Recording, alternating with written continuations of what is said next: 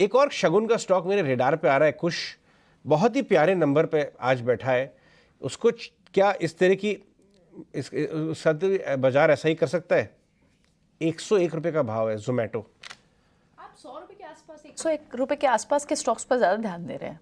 नहीं, ऐसा कुछ नहीं नहीं, जिनमें ट्रिगर है, जिनमें ट्रिगर है कभी कभी या इट्स अ वेरी बड़ा कोइंसिडेंस है। कोइंसिडेंस है भाई, हमेशा रोज थोड़ी ना। पिछली दिवाली हमने निकाला था ये। हाँ, अब दिवाली के आसपास दोबारा तो मैं सोच रही हूँ अब यहाँ से 230% का रिटर्न अगर मिल जाए। बाबू, अगर अब ट्रैक रिकॉर्ड दिखा जाए आपका, मेरा नहीं आपका, तो क्या जोमेटो श्रेणी में आ रहा है शगुन वाले स्टॉक पे? 101 का भाव है।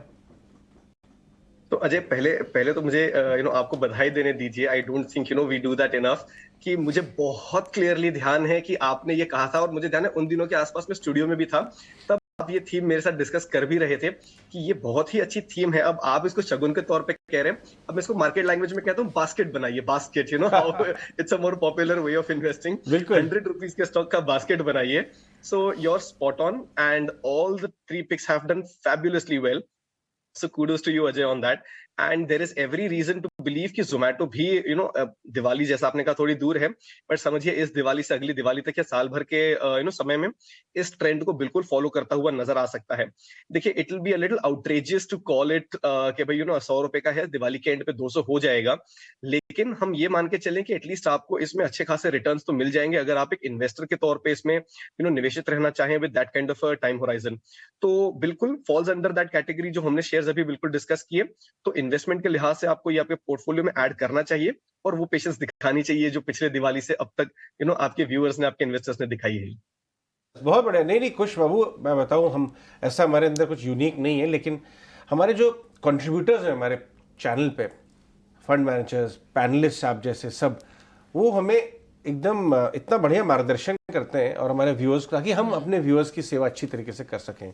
तो ये आप रेडार पे रखिए स्टॉक। एक और स्टॉक मैं आपको बताना चाहूँगा, वो है स्टार हेल्थ में जब से पिछले क्वार्टर का नंबर आया तब से चीज़ें बदल गई हैं। क्यों? 30-40% का ग्रोथ दिखाया। स्टार हेल्थ को लेके आइए डॉक्टर साहब। हाँ, 1.5% ऊपर है आज भी। इसी का एक कजिन है, क्योंकि उसके नाम नहीं है, लोग जानते नहीं है, लेकिन रेलिगेयर एंटरप्राइजेस भी हेल्थ केयर कंपनी है। 65% वैल्यू उसकी केयर हेल्थ से आती है। वो कल बहुत बड़ा ब्रेकआउट में था, 265 का भाव दिखाया। लेके आइए साहब, रेलिगेयर एंटरप्राइजेस। संतोष, रेलिगेयर का जो कल ब्रेकआउट आया, आज फॉलोअप बाइंग 1.25% की दिख रही है। 22% इसमें अब आ गए हैं बर्मन्स। बाजार में बज़ है, ओपन ऑफर कभी भी आ सकता है।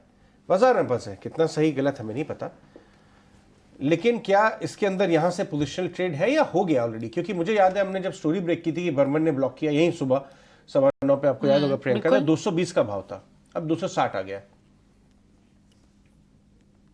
Ajay ji, yes, stock already काफी रैली कर चुका है, बट स्टिल जिस हिसाब का चार्ट स्ट्रक्चर है, लग रहा है कि इसमें अभी 320 रुपए तक की अपसाइड और बची है। तो यहाँ से मतलब 50-60 रुपए की अपसाइड और देखने को मिल सकती है।